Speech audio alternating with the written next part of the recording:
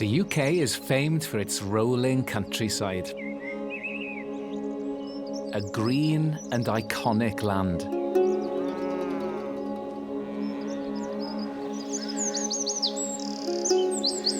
But this apparently green land is in trouble.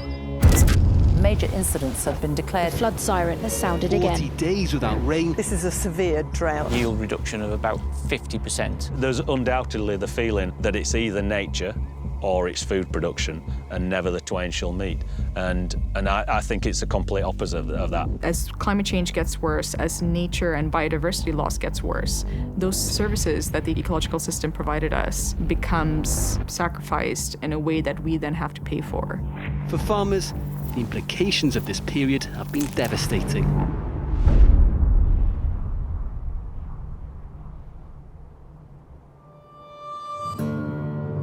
Most people would say that when they were younger, when you drove any distance in a car, you would find at the end of your journey that your windscreen was covered in tiny, dead, splattered insects. And that just doesn't happen anymore.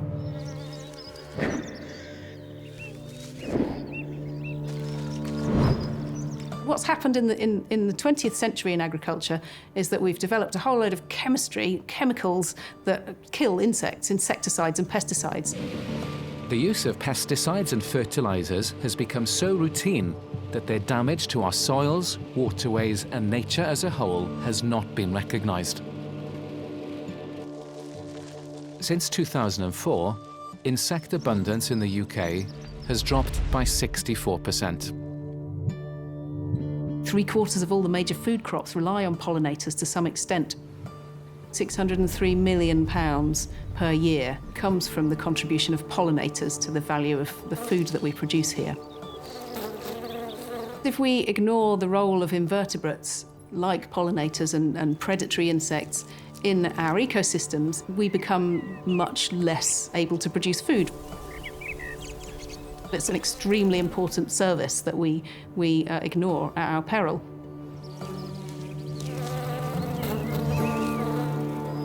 It isn't just insects. Everything we need for food production and our survival relies on there being an abundance of nature. Biodiversity is the foundation of life. The food we eat, the water we drink, the air we breathe, the carbon storage we need. Nature is underpinning pretty much every aspect of our society, economy, and indeed civilization. But the reality is that actually we're one of the most nature-depleted countries in the world. If we restore nature, it will help us tackle some of our biggest challenges. Nature can catch and hold vast stores of carbon, and at the same time can be reducing the risk of flooding, can be reducing the risk of heat waves and sustaining agriculture. If we are to navigate the effects of climate change, to maintain food and water security, if we're going to protect public health and well-being, then we don't have enough nature to do that anymore. There's one major reason for this.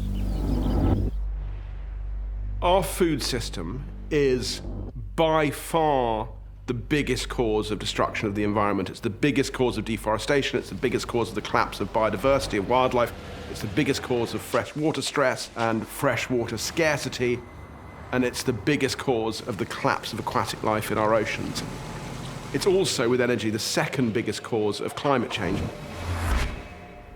If we don't change our food system, our unsustainable food system, we won't be able to feed ourselves in the future.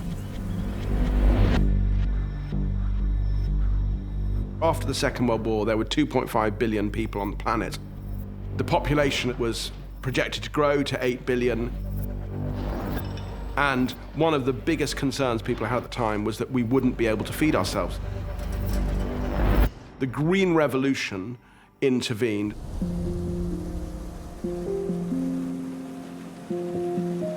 And this was a way of farming which took high-yielding forms of wheat and rice and maize, combined them with nitrogen fertilizers, pesticides, and new methods of irrigation that meant that we could feed those 8 billion people off the same amount of land that used to feed 2.5 billion people, and in fact, produce almost twice the number of calories per person on the planet.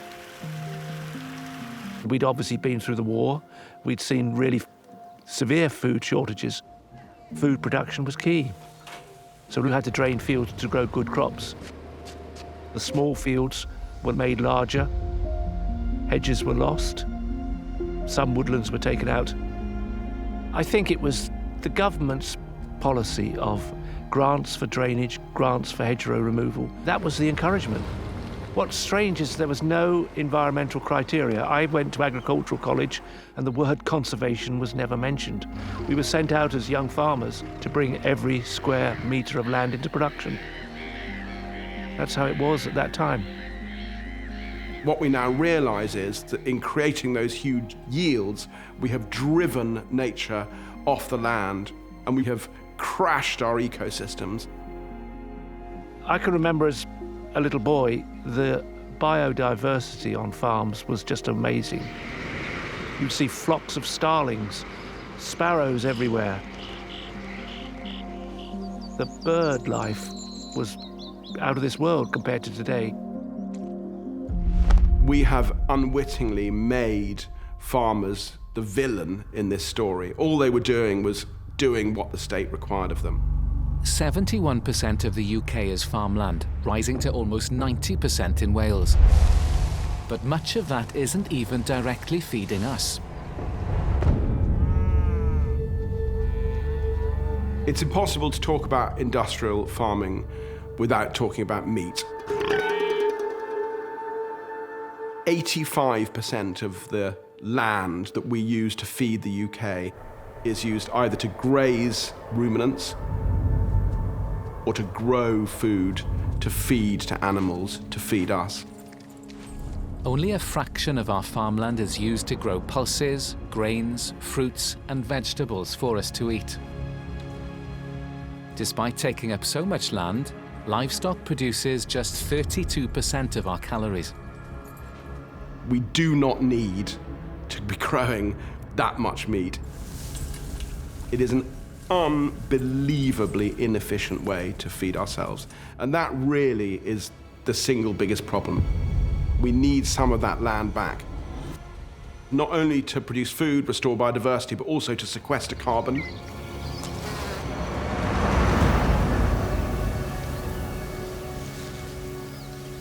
This doesn't happen without our farmers. They're the people who understand this land. They're the people we need to incent to do the right thing. The farming practices of the old Green Revolution solved the food problems of the 20th century, but are not suited to the urgent climate and nature loss crises of the 21st century. We now need a new Green Revolution, where food production works with nature. Government and business support are critical in allowing farmers to achieve this.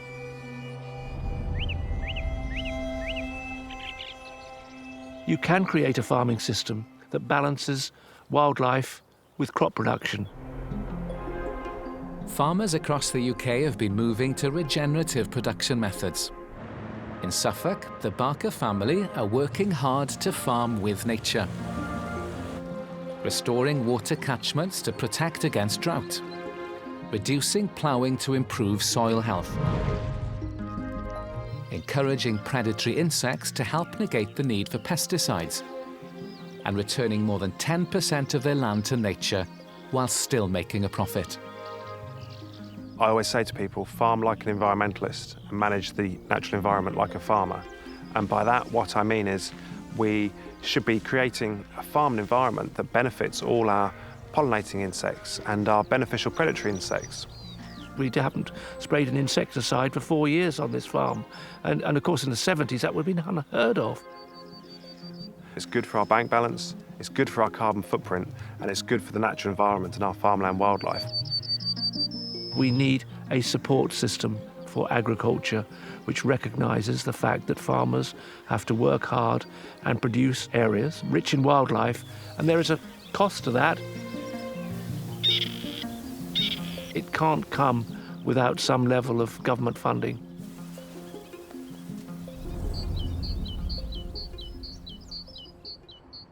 So we have got a situation at the moment where public money is driving change in our landscape, and it's not always change for the good. Of the £3.3 billion currently directed towards farmers in the UK, just 11% encourages nature and climate-friendly farming. We need to move to a system that is incentivising farmers to manage the land in a certain way that focuses on production in terms of sequestering carbon, in supporting biodiversity, in providing flood defences, not simply in metrics around food production.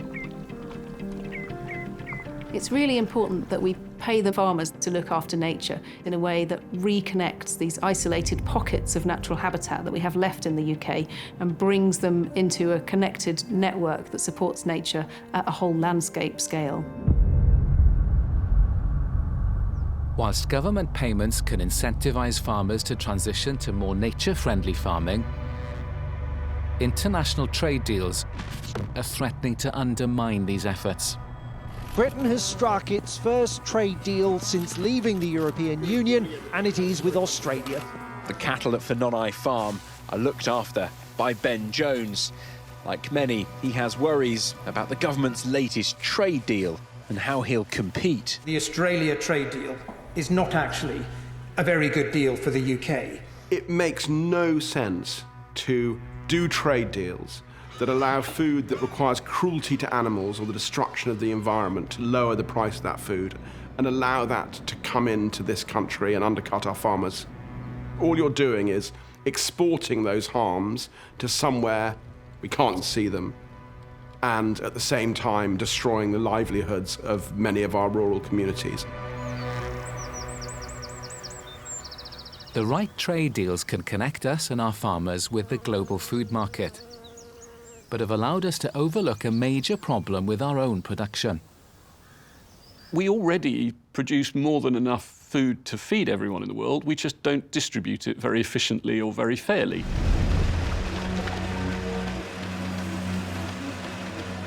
Food security is essential. But due to factors from business supply chain requirements to government policies, farmers are all too often forced to waste huge amounts of food. Each year in the UK, an estimated 6.9 billion meals worth of edible food never makes it off farms. That's 18.9 million wasted meals every day. A third of all food produced is wasted through the supply chain, and that is an enormous impact on the environment. It is absolutely essential that everybody in the food industry, right the way through the value chain, plays its part to substantially reduce food waste. The system is broken. If we halve our food waste, increase crop yields by 15%, and reduce meat consumption by 30%, we could feed the UK on 30% less land, creating space for nature to recover to help future-proof against climate change. We've got a leading role to play in demonstrating how you can be really pro-nature, but also produce some amazing food. To help reduce food waste, businesses need to ensure their policies and practices aren't driving waste, whilst ensuring farmers are connected with markets that can use this food, for example in vegetarian pre-prepared meals, for which there's a growing demand. If you look at ready meals, for example, already 1 in 5 of the ready meals we eat is vegetarian. I think one of the most exciting things at the moment is the consumer is waking up to the power that they have. I'm constantly saying to businesses, if you are not planning to reduce your impact on this planet, then you don't know it yet, but you're already in trouble. Because the consumer is going to want to really clearly understand when they buy from you what lies behind that. 1 in 3 people in the UK shops with us, and we know that their excitement and their agitation for progress on nature, for progress on climate change is huge. What we need right now is businesses who get the importance of nature's recovery, get the importance of climate change, to stand up, take action now. And that's where we're going to make a positive difference. To move towards more nature-positive and carbon-negative practices, it's vital that all farmers have access to the right financial support and advice.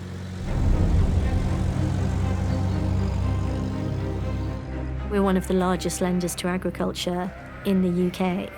It's almost 19% of the carbon emissions on my balance sheet of my lending, and only 2% of my lending. We support over 40,000 farmers up and down the UK. If I want to halve my emissions, I'm not going to stop lending to agriculture. So I now need to develop, having measured it, how do we help make a transition that is supportable, sustainable for the future, that allows us to reduce our emissions, but in a just and fair way. The solution is twofold: improving our current farming system whilst investing in new opportunities. Farmers are generally hugely entrepreneurial in their approach. They're huge adopters of renewable energy and renewable sources. Innovation is providing new ways to produce food. Solar-powered vertical production, regenerative ocean farming, insects recycling food waste, and precision fermentation producing new protein sources, all have the potential to relieve pressure on land. But to reach net zero and restore nature, investment must reach all our farming systems. One of our regenerative farming projects, when it was assessed, was sequestering 10 times more carbon than it's emitting. And that's a huge contrast because our agricultural sector in the UK is responsible for something like 10% of our emissions. I think financial institutions need to be thinking long-term about how they're supporting farmers in transition, because ultimately the success of their investment and the value of the underlying asset in the land will be better supported if the soil is sequestering more carbon and the biodiversity on the farm is healthier. One of the things that will have the biggest impact, both on nature and on climate change, is how we use our land.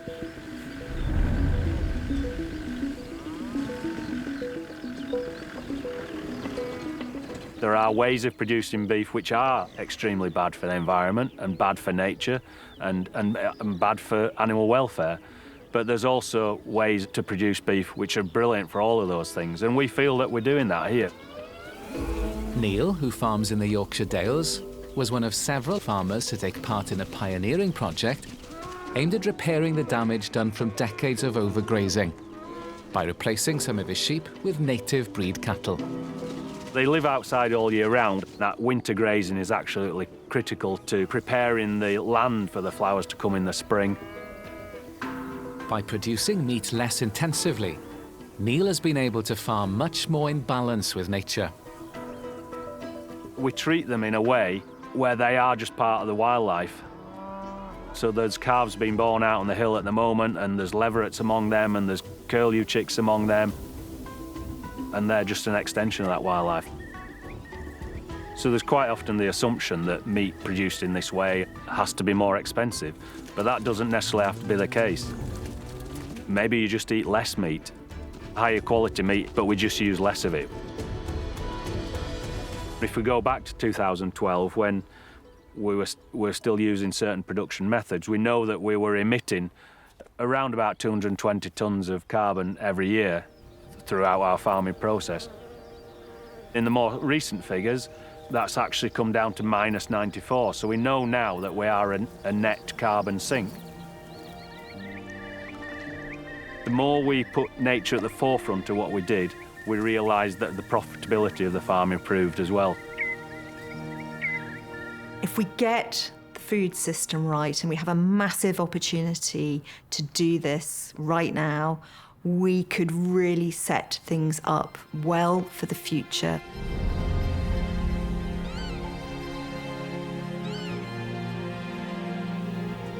The ways we use land to produce food must be reformed to meet our urgent climate and nature commitments.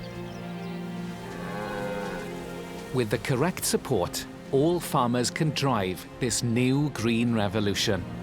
It is possible to have a farming system that balances wildlife alongside food production.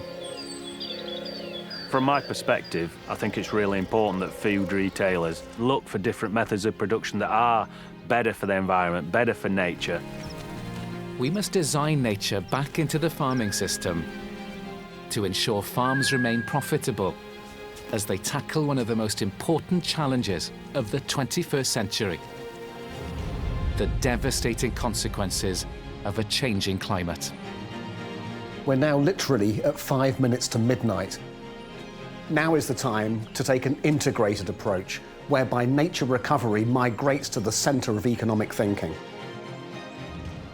Nature has been exploited, not valued, not costed. Nature doesn't exist in any of the systems that we use to value human success. And until we start building nature into our calculations of what makes a successful farming system, we can't be surprised if farming continues to destroy nature. The only sustainable way forward for us as a business, indeed I would argue for any business, is to be nature positive, because without being nature positive, ultimately you can't be profit positive. There's tremendous opportunity in this. We've seen it with net zero. A whole industry's blossomed. We now need to see the same thing happen with nature. At the end of the Second World War, we've been asked to be farmer heroes with regards to food security. Maybe now we're being asked to be farmer heroes again with regards to climate change and to nature's recovery.